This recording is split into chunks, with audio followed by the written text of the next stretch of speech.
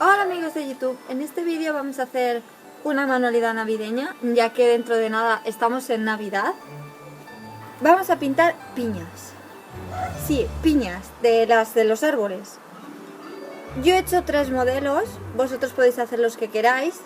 Esta en color verde, que es como si fuera un arbolito de Navidad, que está muy chula. Esta que le he pintado solo la parte de fuera de color blanco, a modo de nieve.